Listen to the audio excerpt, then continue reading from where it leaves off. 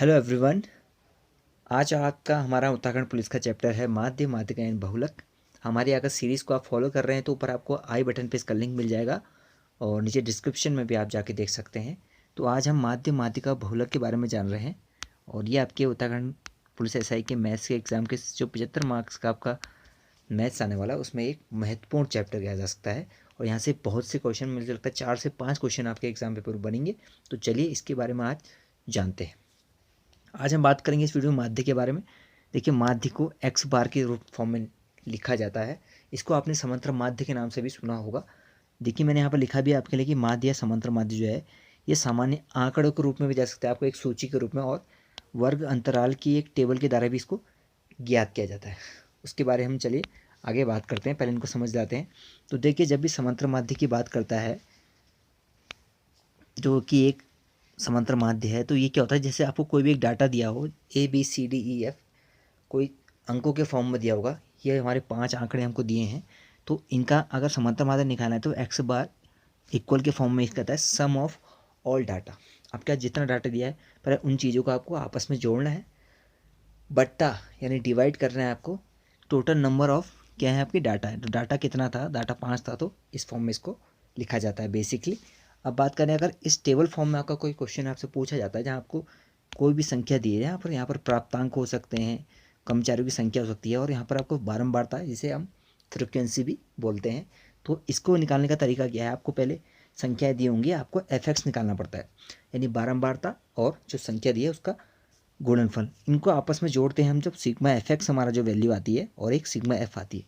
तो इसका फॉर्मूला क्या है समांतर माध्य का, एक्स बार बराबर है आपके सिग्मा FX बट्टा अपॉन सिग्मा एफ के। तो सिग्मा FX की वैल्यू हमारे यहाँ पर 75 थी, डिवाइडेड बाय सिग्मा F जो हमारा 15 निकल के आया था। तो इसको अगर हम हल करने की कोशिश करें तो ये 5 लेके आता, तो ये हमारा क्या होता, समांतर माध्य होता इस सूची के अनुसार। मैं जहाँ मैथ्स के क्वेश्चन पूछे थे तो इनसे ही क्वेश्चन पुट करने के वैल्यू पूछने वाला है, टेबल वाले भी बताऊंगा आपको। तो देखते रहिए, वीडियो को पूरा देखिए करिए दोस्तों, और इसको सेशन को लाइक कीजिए ताकि औरों के साथ भी ये शेयर हो जाता है। चलिए आज का हमारा पहला प्रश्न देखते हैं दोस्तों। पहले प्रश्न में देखिए क्या पूछ रहा है आपसे। यहाँ आपसे पूछ रहा है 42, 36, 48, 57, 62 का समांतर माध्य पूछ रहा है, यानी आपको मीन निकालना है। ठीक है, माध्य या समांतर माध्य एक ही है। तो सिंपल सा तरीका है, इसको आप ऐड कर देंगे 42, 36, 48, 57 और 62 को ऐड करने के बाद टोटल कितनी संख्या आई, ये टोटल 5 संख्या हैं, डिवाइडेड बाई 5 हो गया। तो वैल्यू क्या आती है, 245 आता है इसका सम। मैंने ऐड कर लिया, आप भी ऐड करना, जल्दी से सीखिए कैसे ऐड करते हैं, बटे 5। तो 5 को 20, 5 नमा 45, 49। सी ऑप्शन बिल्कुल सही था। अब देखो इसका दूसरा तरीका क्या है, इसको डेविएशन मेथड कहते हैं। ठीक है, डेविएशन, इसको डेविएशन मेथड बोलूँगा मैं। तो इसका निकालने का तरीका क्या है, आप एक इन बीच की कोई भी वैल्यू मान लीजिए, मिनिमम मैक्सिमम जो आपको माननी है। देखो मैं 40 मान रहा हूँ, मैं 40 मान के चल रहा हूँ। ठीक है, मैंने एक वैल्यू 40 ले ली, 40 मान ली। अब बताइए 40 से 42 कितना अधिक है, +2 अधिक है ना, तो पहला +2 लिख लो यार यहाँ पर, +2। 36 40 से कंपेयर करो कितना कम है, -4 है। ठीक है, 48 कितना है, +8 है। 57 कितना है, +17 कहेंगे सर आप। ठीक है, 62 कितना है, कंपेयर 40 से करें तो कितना है, प्लस का 22 है। ठीक है, अब देखिए इनको हम कैंसिल आउट करें तो सबको आपस में करो, आप जोड़ो। देखो ये 4 है, ये 8 और ये 10 हो गया, और कितना हो गया 27। 22 और 27 को ऐड करेंगे तो कितना आता, 17 तो 19 है, 19 में हमने 8 जोड़ा 27, 27 और 22 को जोड़ेंगे 49 आता, उसमें से -4 कर दो, ये जो 4 है, तो कितना 45 आता। तो आपको कैसा लिखना है, आपको लिखना है जो आपने माना था मीन वैल्यू 40 + 45 जो हमारा 45 आया कंपेयर करने के बाद, और अब ये 5 में बटेगा ना, क्योंकि हम तो माध्य निकालें तो 5 यहाँ लिख दो, कितना हो गया 5 में 45, कितना है 40 + 9, 49। यही तो आ रहा था आंसर पहले भी।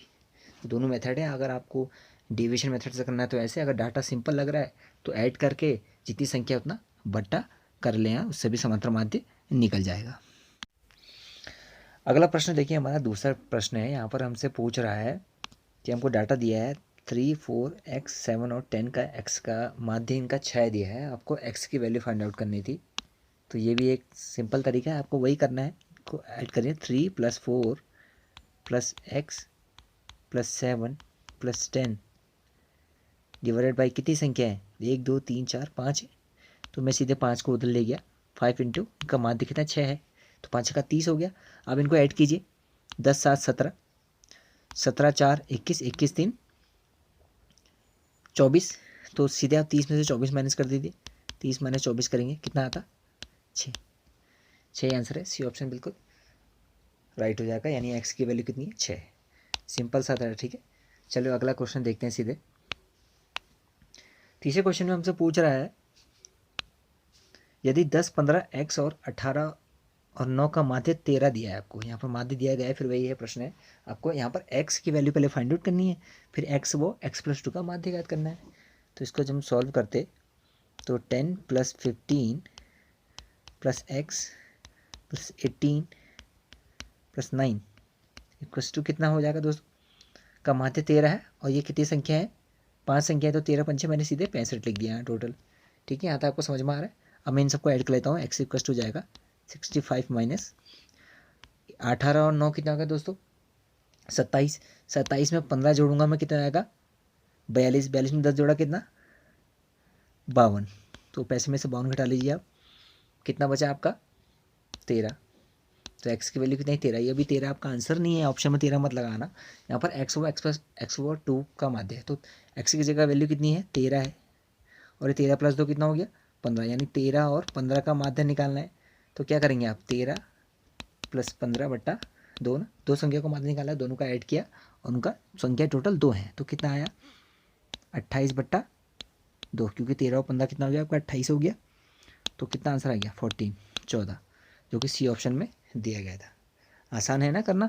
चलो और तरह के क्वेश्चन भी यहाँ पे बना लेते हैं।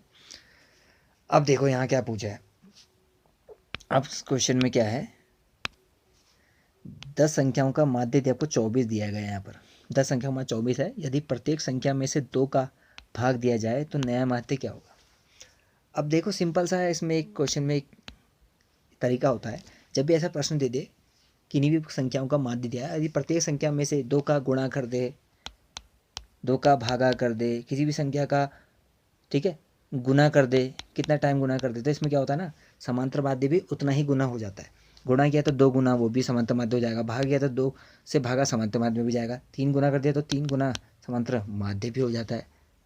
तो इस जब भी ऐसा प्रश्न आएगा, कुछ नहीं करना है आपको, सॉल्व करने की जरूरत नहीं है, जितना माध्य दिया है ना आपको 24 माध्य दिया है ना ये, तो इस 24 माध्य में क्या करना, आप पता है होंगे 2 का भाग दिया, तो 24 में आप 2 का भाग डाल दो सीधा, कितना है 12, तो नया माध्य क्या हो जाएगा 12 ही तो हो जाएगा।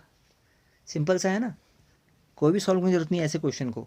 जब भी प्रत्येक संख्या में भाग दे देगा, समांतर माध्य दिया होगा, तो आप वही चीज़ जो है प्रश्न में दिया गया है उसी कथन को पूर्ण कर लेना, आंसर निकल जाएगा, तो उसे भागा कर दिया, ठीक है। चलो अगला प्रश्न देखो, प्रश्न अब देखो आ गया, समअंकों का माध्य ज्ञात करना है आपको, देखो टेबल फॉर्म में आ गया ना। अभी वर्ग अंतराल वाला क्वेश्चन भी बताऊंगा आपको। तो अब इन क्वेश्चन में क्या करेंगे हम, देखो प्राप्तांक दिए हैं आपको और बारंबारता दी है आपको, ठीक है। अब इसमें क्या करेंगे, देखो बारंबारता के हम कैसे सॉल्व करते हैं इसको, तो मैंने आपको क्या बताया था, ये फ्रीक्वेंसी है यानी एफ दिया है और ये मार्क्स दिए हैं, तो हम क्या करेंगे एफ एक्स निकालेंगे सबसे पहले, यहाँ पर हम एक टेबल में यहाँ पर एफ एक्स निकाल लेते हैं इधर, ठीक है। बाकी बाद में क्या करेंगे हम एक्स बार इक्वल टू लिखेंगे हम sigma F x upon sigma F करके ये वैल्यू फाइंड करेंगे, तो आंसर आसानी से आ जाएगा। तो कर लेते हैं, देख ले, ये एफ है, ये हमारा एक्स है मार्क्स, ठीक है।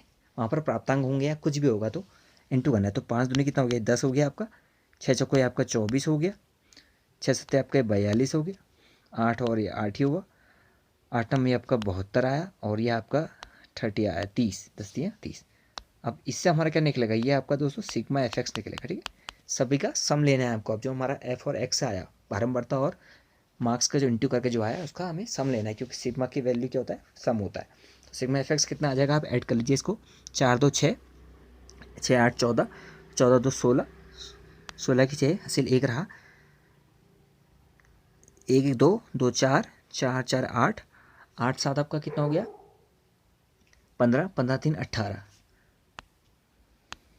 186 आता आपका। तो सिग्मा एफ एक्स हमारा 186 आया, और सिग्मा एफ जो फ्रिक्वेंसी है, इन वैल्यू को जोड़िए आपस में, तो सिग्मा एफ कितना आ रहा था 4 2 6 6 6 12, 12 1 13, 13 8 21, 21 3 24। तो 24 जब इसे मल्टीप्लाई करते आप काट दीजिए इसको।